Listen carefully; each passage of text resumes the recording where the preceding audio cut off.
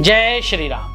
मैं डॉक्टर अंकित त्यागी, आपका अपना एस्ट्रोलॉजर, न्यूमरोलॉजिस्ट, लाल किताब एंड वास्तु कंसल्टेंट, आप सभी का फिर से स्वागत करता हूं। घर का कौन सा हिस्सा राहु से प्रभावित होता है? क्या वास्तु में थोड़े से परिवर्तन करके हम राहु दोष से मुक्ति पा सकते हैं?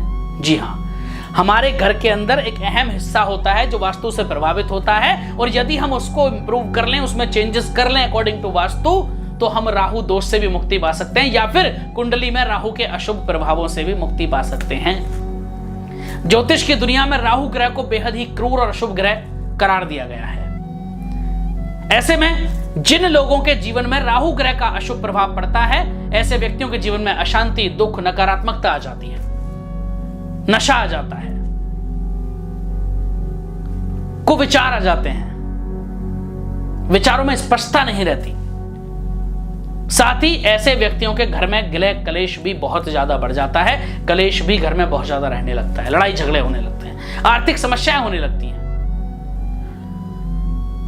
और आज हम उसी समस्याओं की बात करेंगे, उन्हीं सब चीजों की बात करेंगे, उसी राहु की बात करेंगे कि घर का कौन सा हिस्सा राहु ग्रह द्वारा प्रभावित है, और यदि आपके जीवन में भी राहु की वजह से अशुभ परिणाम आपको प्राप्त हो रहे हैं, तो कौन सा उपाय करना या घर के कौन से हिस्से में बदलाव करना आपके लिए बेहद लाभकारी होता है। सबसे पहले बात करते हैं लाल किताब के अनुसार कौन से घर के हिस्से राहु से प्रभावित होते हैं। क्या कहती है लाल किताब इस विषय में? लाल किताब के अनुसार घर के शौचालय और सीढ़ियां कुछ ऐसी जगहों में से हैं जहां राहु का प्रभाव सबसे ज्यादा देखने को मिलता है।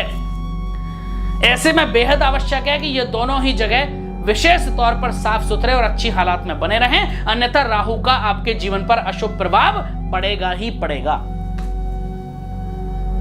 ज्योतिष शास्त्र के अनुसार कहा जाता है कि यदि घर का शौचालय गंदा है, वहां से बदबू आ रही है, उसका रंग बदरंग हो गया है, ऐसी स्थिति में राहु की कुदृष्टि आप पर पड़ती है। राहु के इतने नकारात्मक प्रभाव आपको झेलने पड़ते हैं कि जो अकल्पनीय है। आपके जीवन पर बहुत ही नेगेटिव इफेक्ट पड़ते हैं, जिसकी वजह से जीवन में दुख, कष्ट और परेशानियां अपना घर बना लेती हैं। ऐसे में बेहद आवश्यक है कि घर का शौचालय हमेशा साफ सुथरा और चमकदार होना चाहिए।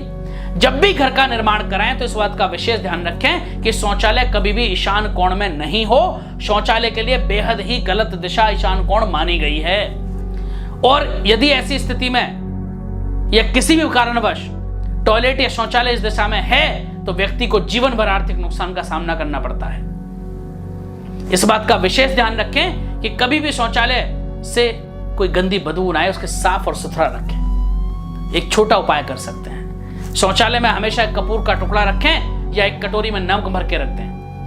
कहते हैं ऐसा करने से शौचालय से दुर्गंध नहीं आती और राहु का नकारात्मक प्रभाव कम हो जाता है। आजकल तो मार्केट में बहुत सारे फ्रेग्रेंसेस भी अवेलेबल हैं, ओडोनिल वगैरह।